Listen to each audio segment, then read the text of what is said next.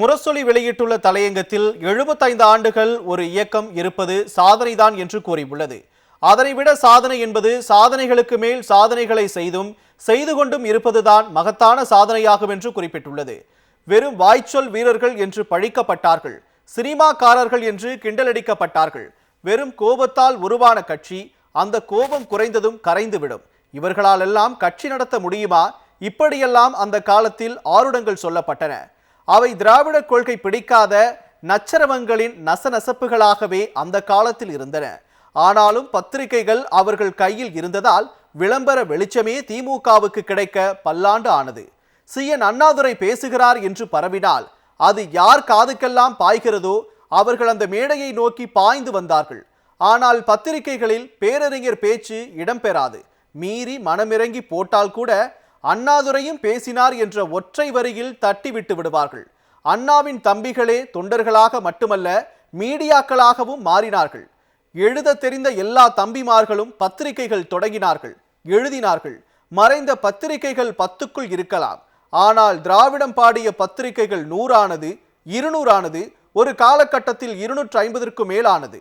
கையில் வைத்து படிப்பதும் கக்கத்தில் வைத்துக்கொண்டு நடப்பதும் ஊரை கூட்டி வைத்து வாசிப்பதும் திராவிட பத்திரிகைகளாகவே இருக்கும் என்ற நிலையை பேரறிஞர் அண்ணா உருவாக்கினார்.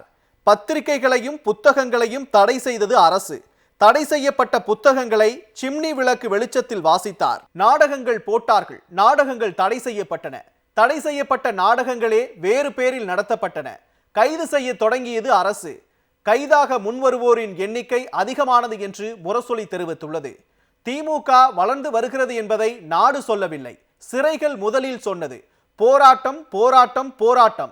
எந்த கவலையும் இல்லாமல் மாதக்கணக்கில் சிறைகளை நோக்கி வந்து வீட்டை போல கவலை இல்லாமல் தங்கி பாட்டு பாடிக்கொண்டும் பட்டிமன்றம் நடத்தி கொண்டும் இருக்க இவர்களால் முடிகிறது என்றால் யார் இவர்கள் என்பதை அரசியல் களம் அப்போதுதான் முதலாக கண்ணை திறந்து பார்த்தது.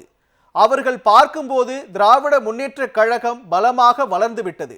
இவர்கள் யாரென்று பார்க்கும்போது, அரசியல் களம் பார்க்கும்போது வந்தது 1957 தேர்தல். முதல் அடியே 15 அடியாக எடுத்து வைத்தார் பேரறிஞர் அண்ணா. நான் குள்ளமாக இருக்கலாம், ஆனால் நான் நடத்தும் திராவிட புரட்சி குள்ளமானது அல்ல என்றார் அந்த கிண்டலுக்கு பேர் போன சிந்தனையாளன். நாங்கள் எல்லாம் ஒரு விசித்திர அரசியல் கூட்டத்தினர் என்று நீங்கள் அறிவீர்கள், இந்த சபையும் அறியும். நாங்கள் ஒரு விசித்திர கூட்டத்தினர் என்றால் எங்களை தோற்றுவித்ததும் நாட்டில் உள்ள ஒரு விசித்திர நிலைமைதான் என்பதை அனைவரும் உணர வேண்டும். விசித்திரமான நிலைமைகள்தான் விசித்திரமான கட்சிகளை ஏற்படுத்துகின்றன என்று பேரறிஞர் சொன்னது பொட்டல் காட்டில் அல்ல, தமிழ்நாடு சட்டமன்றத்தில் தான் சொன்னார். உலகில் எந்த கட்சி தலைவரும் இப்படி சொல்லி இருக்க மாட்டார்கள். இயல்பில் அண்ணா கொஞ்சம் பயந்தவர். நடக்குமா நடக்காதா என்ற தயக்கம் எப்போதும் தனக்கு உண்டு என்பதை அண்ணாவே சொல்லியிருக்கிறார். அத்தகைய அண்ணாவே 1967 ஆண்டு நாங்கள் தான் ஆட்சிக்கு வருவோம் என்பதை 1957 ஆண்டே சொன்னார். பொதுக்கூட்டத்தில் அல்ல, தமிழ்நாடு சட்டமன்றத்திலேயே சொன்னார். 4/7/1957 அன்று தமிழ்நாடு சட்டமன்றத்தில் பேரறிஞர் பேசுகிறார். நாங்கள் இந்த சபைக்கு வந்தது என்றைக்கும் எதிர் அங்கத்தினர்களாகவே இருப்பதற்காக நுழையவில்லை.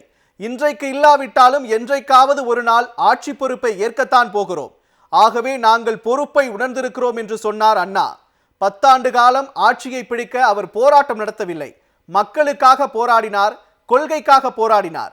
இவர் கையில் நமது நலன் பாதுகாக்கப்படும் என்று மக்கள் நினைத்து ஆட்சியை அண்ணாவிடம் ஒப்படைத்தார்கள் மக்கள் என்று முரசொலி தலையங்கம் எழுதி உள்ளது.